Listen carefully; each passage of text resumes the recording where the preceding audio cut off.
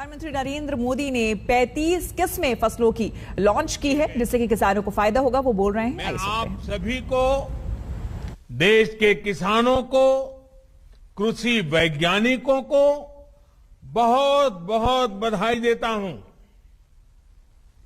साथियों, बीते 6-7 सालों में साइंस और टेक्नोलॉजी को खेती से जुड़ी चुनौतियों के समाधान के लिए प्राथमिकता के आधार पर उपयोग किया जा रहा है। विशेष रूप से बदलते हुए मौसम में नई परिस्थितियों के अनुकूल अधिक पोषण युक्त बीजों, इस पर हमारा फोकस बहुत अधिक है। हाल के वर्षों में अलग अलग फसलों की ऐसी 1300 से अधिक सीड वैरायटी, बीज की विविधताएं तैयार की गई हैं। इसी श्रृंखला में आज 35 और क्रॉप वैरायटीज देश के किसानों के चरणों में समर्पित की जा रही है। ये क्रॉप वैरायटीज, ये बीज जलवायु परिवर्तन के प्रभाव से खेती की सुरक्षा करने और कुपोषण मुक्त भारत के अभियान में बहुत सहायक होने वाला ये हमारे वैज्ञानिकों की खोज का परिणाम है।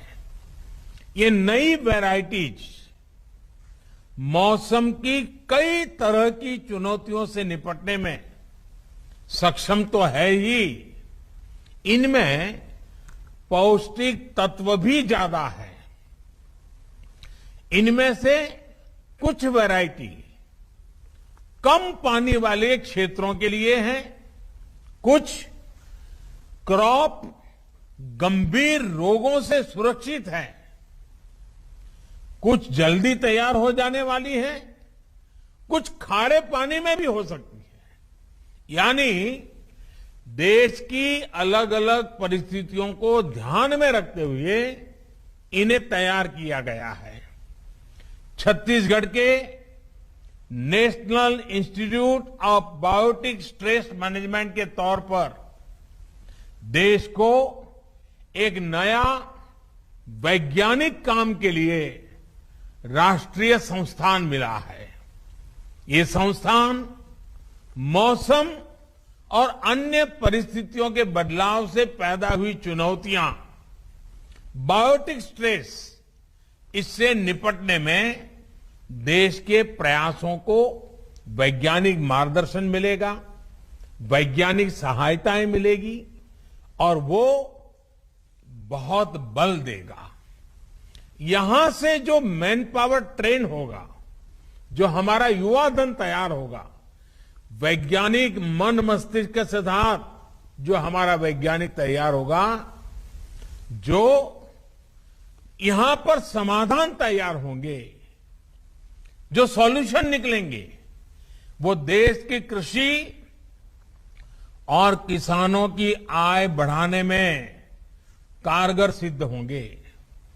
साथियों, हम सभी जानते हैं कि हमारे देश में फसलों का कितना बड़ा हिस्सा कीड़ों की वजह से बर्बाद हो जाता है। इससे किसानों का भी बहुत नुकसान होता है। पिछले वर्ष ही कोरोना से लड़ाई के बीच में हमने देखा है कि कैसे टिड्डी दल ने भी अनेक राज्यों में बड़ा हमला कर दिया था। भारत ने बहुत प्रयास करके तब इस हमले को रोका था। किसानों का ज्यादा नुकसान होने से बचाने का भरपूर प्रयास किया गया था। मैं समझता हूं कि इस नए संस्थान पर बहुत बड़ा दायित्व है और मुझे विश्वास है कि यहां काम करने वाले वैज्ञानिक देश की उम्मीदों पर खरा उतरेंगे। साथियों, खेती किसानी को जब संरक्षण मिलता है सुरक्षा कवच मिलता है तो उसका और तेजी से विकास होता है। किसानों की जमीन को सुरक्षा देने के लिए उन्हें अलग अलग चरणों में 11 करोड़ सॉइल हेल्थ कार्ड दिए गए हैं। इसकी वजह से किसानों को अपनी जो जमीन है उसकी क्या मर्यादाएं हैं, उस जमीन की क्या शक्ति है, किस प्रकार के बीज बोने से, किस प्रकार की फसल बोने से अधिक लाभ होता है, दवाइयां कौन सी जरूरी पड़ेगी, फर्टिलाइजर कौन सा जरूरी पड़ेगा, ये सारी चीजें उस सॉइल हेल्थ कार्ड के कारण, जमीन की सेहत का पता चलने के कारण कि इसकी वजह से किसानों को बहुत लाभ हुआ है, उनका खर्चा भी कम हुआ है और उपज भी बढ़ी है। उसी प्रकार से यूरिया की 100% से 100% नीम कोटिंग करके हमने खाद को लेकर होने वाली चिंता को भी दूर किया।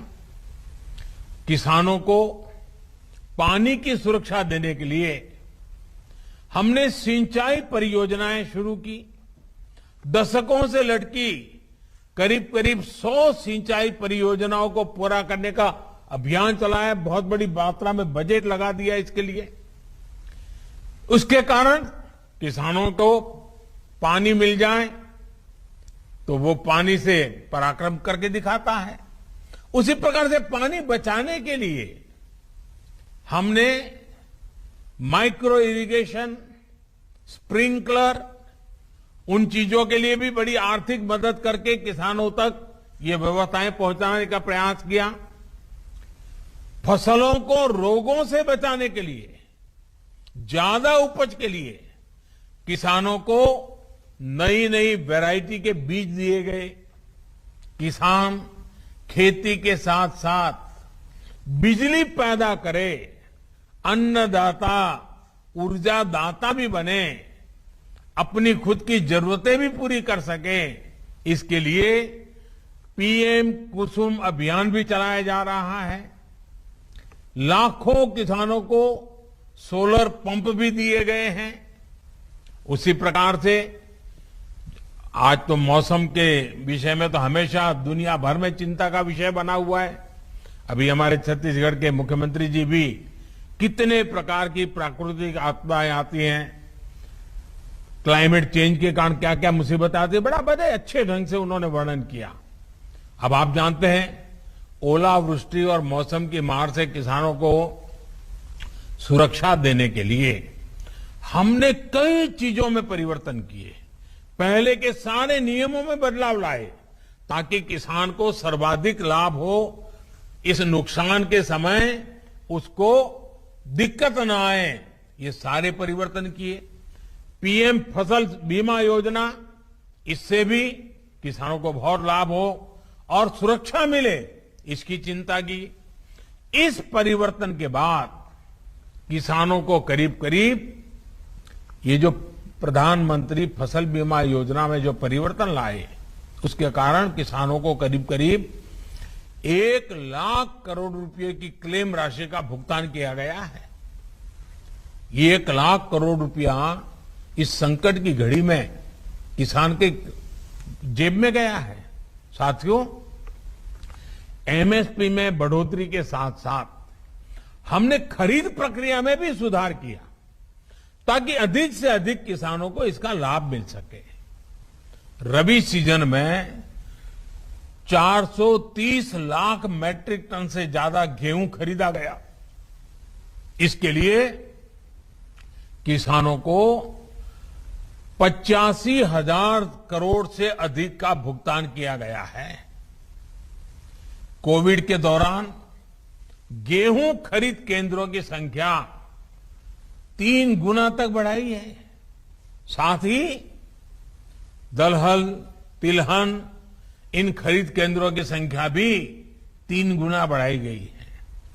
किसानों की छोटी छोटी जरूरतों को पूरा करने के लिए किसान सम्मान निधि के तहत 11 करोड़ से अधिक हमारे हर किसान को, और उसमें ज्यादातर छोटे किसान हैं, 10 में से 8 किसान हमारे देश में छोटे किसान हैं, बहुत छोटे छोटे जमीन के टुकड़े पर पल रहे हैं।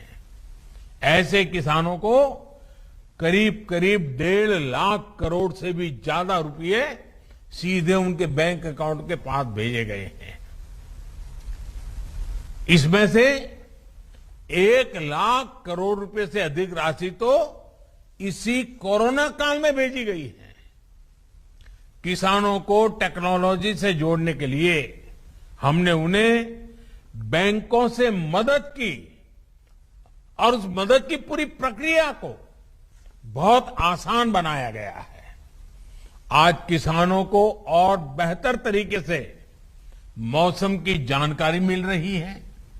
हाल ही में अभियान चलाकर 2 करोड़ से ज्यादा किसानों को किसान क्रेडिट कार्ड दिए गए हैं। मछली पालन करने वाले और डेयरी सेक्टर से जुड़े किसानों को भी किसान क्रेडिट कार्ड से जोड़ा गया है, केसीसी से जोड़ा गया है। 10,000 से ज्यादा किसान उत्पादक संगठन हो, ई नाम योजना के तहत ज्यादा से ज्यादा कृषि मंडियों को जोड़ना हो, मौजूदा कृषि मंडियों का आधुनिकीकरण हो, ये सारे कार्य तेज गति से किए जा रहे हैं।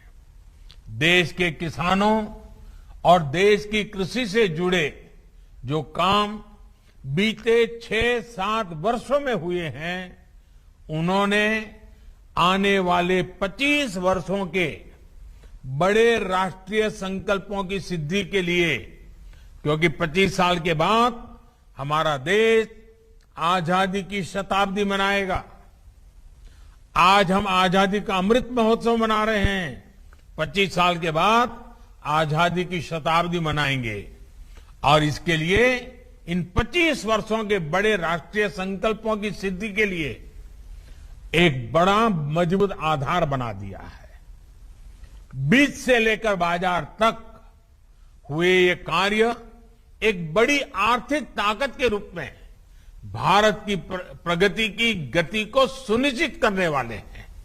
साथियों, हम सब जानते हैं कि एग्रीकल्चर एक प्रकार से राज्य का विषय है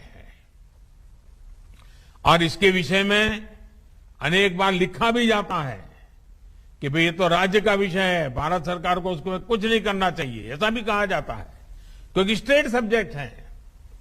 और मैं जानता हूं, क्योंकि मुझे भी कई वर्षों तक गुजरात में मुख्यमंत्री के रूप में काम करने का अवसर मिला था। गुजरात का मुख्यमंत्री रहते हुए, क्योंकि राज्य की विशेष जिम्मेवारी है ये मैं जानता था और इस जिम्मेवारी को मुझे निभाना चाहिए, ये मुख्यमंत्री के नाते मैं पूरी कोशिश करता था। गुजरात का मुख्यमंत्री रहते हुए मैंने कृषि व्यवस्था को, कृषि नीतियां और उनके खेती पर प्रभावों को बहुत निकट से अनुभव किया। और अभी हमारे नरेंद्र सिंह जी तोमर मेरे गुजरात के कार्यकाल में क्या मैं काम कर रहा था उसका भी बड़ा वर्णन कर रहे थे। एक समय था जब गुजरात में पानी की खेती कुछ फसलों तक ही सीमित थी। गुजरात के एक बड़े हिस्से में पानी के अभाव से किसान खेती छोड़ चुके थे। उस समय एक ही मंत्र को लेकर के हम चले, किसानों को साथ लेकर के चले और मंत्र था स्थिति बदलनी चाहिए, हम मिलकर स्थितियां जरूर बदलेंगे। इसके लिए उस दौर में ही हमने साइंस और आधुनिक टेक्नोलॉजी का व्यापक उपयोग शुरू कर दिया था। आज देश के एग्रीकल्चर और हॉर्टिकल्चर में गुजरात की एक बड़ी हिस्सेदारी है। अब आज गुजरात में 12 महीने खेती होती है। कच्छ जैसे क्षेत्र में भी आज वो फल सब्जियां पैदा होती हैं जिनके बारे में कभी सोच नहीं सकते थे। आज कच्छ का रेगिस्तान में से वहां की कृषि पैदावार विदेशों में एक्सपोर्ट होना शुरू हुआ है। भाइयों बहनों, सिर्फ पैदावार पर ही फोकस नहीं किया गया, बल्कि पूरे गुजरात में कोल्ड चेन का एक बहुत बड़ा नेटवर्क तैयार किया गया। ऐसे अनेक प्रयासों से खेती का दायरा तो बढ़ा ही, साथ ही खेती से जुड़े उद्योग और रोजगार भी बड़ी मात्रा में तैयार हुए। और क्योंकि एक मुख्यमंत्री के नाते राज्य सरकार की सारी जिम्मेवारी होती है, तो मुझे वो समय इन सारे कामों करने का अच्छा सा अवसर भी मिला और मैंने पूरी मेहनत भी की।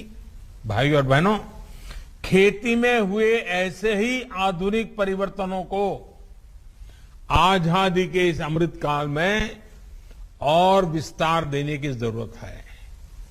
जलवायु परिवर्तन खेती ही नहीं, बल्कि हमारे पूरे इकोसिस्टम के लिए बहुत बड़ी चुनौती है। मौसम में बदलाव से हमारा मत्स्य उत्पादन, पशुओं का स्वास्थ्य और उत्पादकता बहुत अधिक प्रभावित होती है। इसका नुकसान किसानों को, मछुआरे साथियों को उठाना पड़ता है।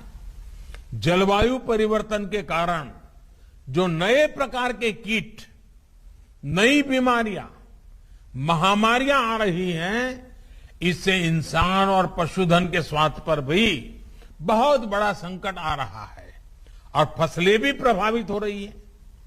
इन पहलुओं पर गहन रिसर्च निरंतर जरूरी है।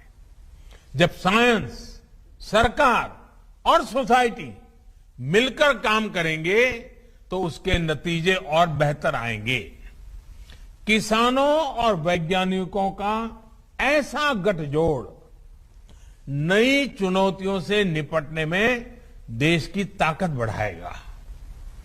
जिला स्तर पर साइंस आधारित ऐसे कृषि मॉडल खेती को अधिक प्रोफेशनल, अधिक लाभकारी बनाएंगे। आज जलवायु परिवर्तन से बचाव करने वाली तकनीक और प्रक्रियाओं को प्रोत्साहित करने के लिए जो अभियान आज लॉन्च किया गया है, उसके मूल में भी यही भावना है। भाइयों और बहनों, ये वो समय है जब हमें बैक टू बेसिक और मार्च फॉर फ्यूचर दोनों में संतुलन साधना है। जब मैं बैक टू बेसिक कहता हूं, तब मेरा आशय हमारी पारंपरिक कृषि की उस ताकत से है जिसमें आज की अधिकतर चुनौतियों से जुड़ा सुरक्षा कवच था। पारंपरिक रूप से हम खेती, पशुपालन और मत्स्य पालन एक साथ करते आए हैं। इसके अलावा एक साथ एक ही खेत में एक ही समय पर कई फसलों को भी उगाया जाता था। यानी पहले हमारे देश की एग्रीकल्चर मल्टीकल्चर थी, लेकिन ये धीरे धीरे मोनोकल्चर में बदलती चली गई। भिन्न भिन्न परिस्थितियों की वजह से किसान एक ही फसल उगाने लग गया। इस स्थिति को भी हमें मिलकर बदलना ही होगा। आज जब क्लाइमेट चेंज की चुनौती बढ़ रही है, तो हमें अपने कार्यों की गति को भी बढ़ाना होगा। बीते वर्षों में इसी भावना को हमने किसानों की आय में बढ़ोतरी करने के लिए भी प्रोत्साहित किया है। किसान को सिर्फ फसल आधारित इनकम सिस्टम से बाहर निकालकर उन्हें वैल्यू एडिशन और खेती के अन्य विकल्पों के लिए भी प्रेरित किया जा रहा है। और छोटे किसानों को इसकी बहुत जरूरत है और इसलिए हमने पूरा ध्यान 100 में से 80 जो छोटे किसान हैं उन पर लगाना ही है। और हमारे किसानों के लिए इसमें पशुपालन और मत्स्य पालन के साथ साथ मधुमक्खी पालन, खेत में सौर ऊर्जा उत्पादन, कचरे से कंचन यानी इथेनॉल, बायोफ्यूल, ऐसे विकल्प भी किसानों को दिए जा रहे हैं। मुझे खुशी है कि छत्तीसगढ़ समेत देश के किसान इन्हीं तेजी से इन सारी नई नई बातों को अपना रहे हैं। खेती के साथ साथ दो चार और चीजों का विस्तार कर रहे हैं।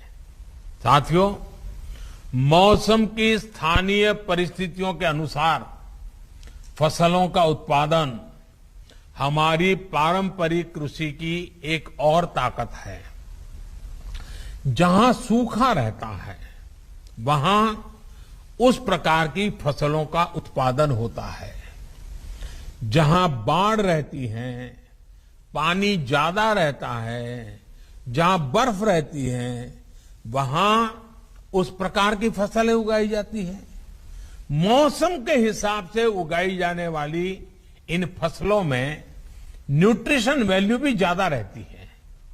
विशेष रूप से जो हमारे मोटे अनाज मिलेट्स हैं, उनका बहुत महत्व है। एक्सपर्ट्स कहते हैं कि हमारे स्वास्थ्य को मजबूती देते हैं। इसलिए आज की लाइफस्टाइल में जिस प्रकार की बीमारियां बढ़ रही हैं, उनको देखते हुए हमारे इन मिलेट्स की डिमांड बहुत अधिक बढ़ रही है। मेरे किसान भाइयों बहनों, आपको जानकर के खुशी हुई, भारत के प्रयासों से ही यूएनओ संयुक्त राष्ट्र संघ ने अगले वर्ष यानी 2023 को इंटरनेशनल ईयर ऑफ मिलेट्स घोषित किया है। ये मिलेट्स की खेती की हमारी परंपरा हमारे अनाज को अंतर्राष्ट्रीय स्तर पर शोकेस करने का और नए बाजार तलाशने का बहुत बड़ा अवसर है। लेकिन इसके लिए अभी से काम करना पड़ेगा। आज इस अवसर पर मैं देश के सभी सामाजिक स्वैच्छिक संगठनों से कहूंगा कि मिलेट से जुड़े फूड फेस्टिवल लगाएं। मिलेट में से नई नई फूड वैरायटीज कैसे बने, इसकी स्पर्धाएं करें, क्योंकि 2023 में अगर दुनिया में हमें अपनी बात लेके जाना है तो हमें इस चीजों में नयापन लाना पड़ेगा और लोगों में भी जागरूकता बढ़ाएं। मिलेट से जुड़ी नई वेबसाइट भी बनाई जा सकती है। लोग आए, मिलेट से क्या क्या बन सकता है, क्या कैसे बन सकता है, क्या फायदा हो सकता है, एक जागरूकता का अभियान चल सकता है।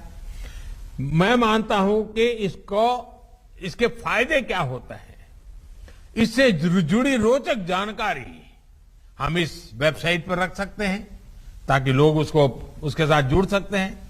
मैं तो सभी राज्यों से भी आग्रह करूंगा कि आपका राज्य का एग्रीकल्चर डिपार्टमेंट, आपकी एग्रीकल्चर यूनिवर्सिटीज, आपके साइंटिस्ट और प्रोग्रेसिव किसान, इनमें से कोई टास्क फोर्स बनाइए और 2023 में जब विश्व मिलेट ईयर मनाता होगा तब भारत को उसे कैसे योगदान करे, भारत कैसे लीड करे, भारत के किसान उसमें कैसे फायदा उठाएं, अभी से उसकी तैयारी करनी चाहिए।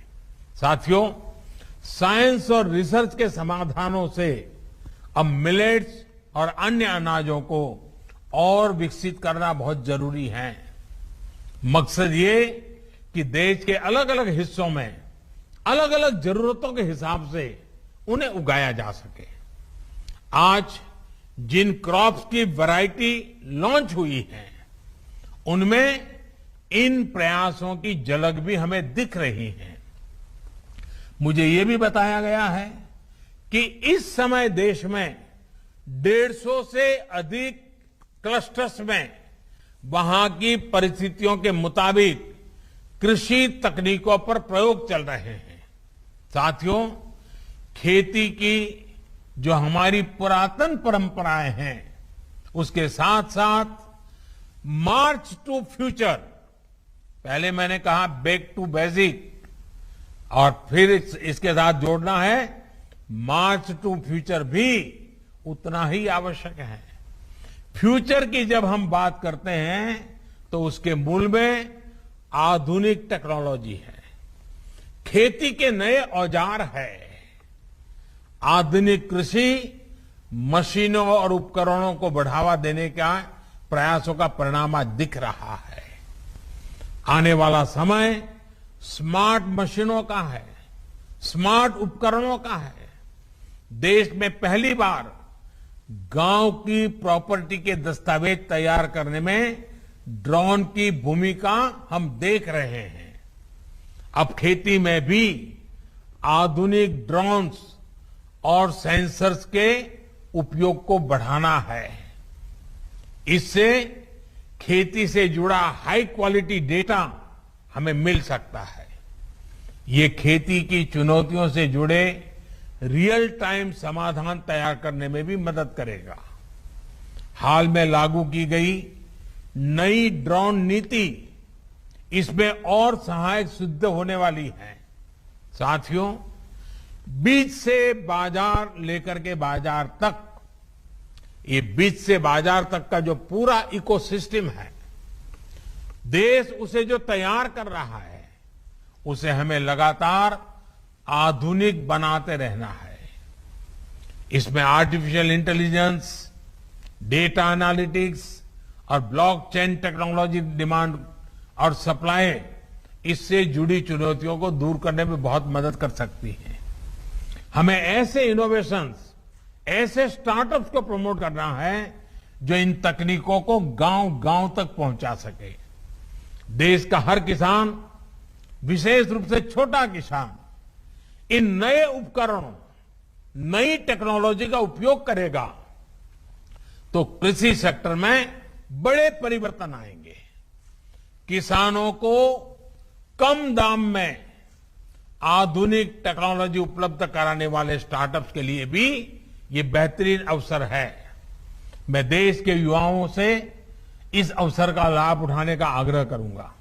साथियों, आजादी के इस अमृत काल में हमें कृषि से जुड़े आधुनिक विज्ञान को गांव-गांव, घर-घर तक पहुंचाना है।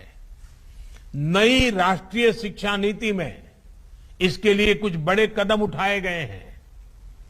हमें अब कोशिश करनी है कि मिडिल स्कूल लेवल तक कृषि से जुड़ी रिसर्च और टेक्नोलॉजी हमारे स्कूली पाठ्यक्रम का भी हिस्सा बने। स्कूलों के स्तर पर ही हमारे विद्यार्थियों के पास ये विकल्प हो कि वो कृषि को कैरियर के रूप में चुनने के लिए खुद को तैयार कर सके। साथियों, आज जो अभियान हमने शुरू किया है, इसको जन आंदोलन में बदलने के लिए हम सभी को अपनी भागीदारी सुनिश्चित करनी है। देश को कुपोषण से मुक्ति देने के लिए जो अभियान चल रहा है, राष्ट्रीय पोषण मिशन को भी ये अभियान सशक्त करेगा। अब तो सरकार ने ये भी फैसला लिया है कि सरकारी योजना के तहत गरीबों को स्कूलों में बच्चों को फोर्टिफाइड चावल ही दिया जाएगा। हाल में ही मैंने अपने ओलंपिक चैंपियन से कुपोषण को लेकर जागरूकता बढ़ाने के लिए हर एक खिलाड़ी से मैंने आग्रह किया था कि आप कम से कम आने वाले 1-2 साल में कम से कम 75 स्कूलों में जाने का आग्रह रखें। वहां विद्यार्थियों से पोषण के संबंध में बातें करें, खेलकूद के संबंध में बातें करें, फिजिकल एक्सरसाइज के संबंध में बातें करें। आज मैं सभी शिक्षाविदों, सभी कृषि वैज्ञानिकों, सभी संस्थानों को कहूंगा कि आप भी आजादी के अमृत महोत्सव के लिए अपने लक्ष्य तय करें। 75 दिन का अभियान उठा लें, कोई 75 गांवों को गोद लेकर के परिवर्तन का अभियान उठा ले, 75 स्कूलों को जागरूक करके हर एक स्कूल को कोई काम में लगा दे। ऐसा एक अभियान अगर देश के हर जिले में अपने स्तर पर भी और संस्थानों के स्तर पर भी चलाया जा सकता है। इसमें नई फसलों, फोर्टिफाइड बीजों, जलवायु परिवर्तन से बचाव को लेकर किसानों को जानकारी दी जा सकती है। मुझे विश्वास है कि हम सबका प्रयास, ये सबका प्रयास बहुत महत्वपूर्ण है। हम सबका प्रयास मौसम के बदलाव से देश की खेती को बचाएगा, किसान की समृद्धि और देश के स्वास्थ्य की सुरक्षा भी सुनिश्चित करेगा। एक बार फिर सभी किसान साथियों को नई क्रॉप वैरायटी और नए राष्ट्रीय रिसर्च संस्थान के लिए मेरी तरफ से बहुत बहुत बधाई। फिर से एक बार जिन यूनिवर्सिटियों ने आज पुरस्कार प्राप्त किया है, उन यूनिवर्सिटीज के सभी विद्यार्थियों को, वहां की फैकल्टीज को, वहां के वाइस चांसलर को, उन सबको भी मेरी तरफ से बहुत बहुत बधाई। वैज्ञानिक साथियों को अनेक अनेक शुभकामनाएं, ताकि वैज्ञानिक व्यवस्था ही, वैज्ञानिक मन ही, वैज्ञानिक तरीका ही चुनौतियों से मुक्ति पाने के उत्तम रास्ते दे सकता है। उन सबको मेरी तरफ से बहुत बहुत शुभकामनाएं। बहुत बहुत धन्यवाद।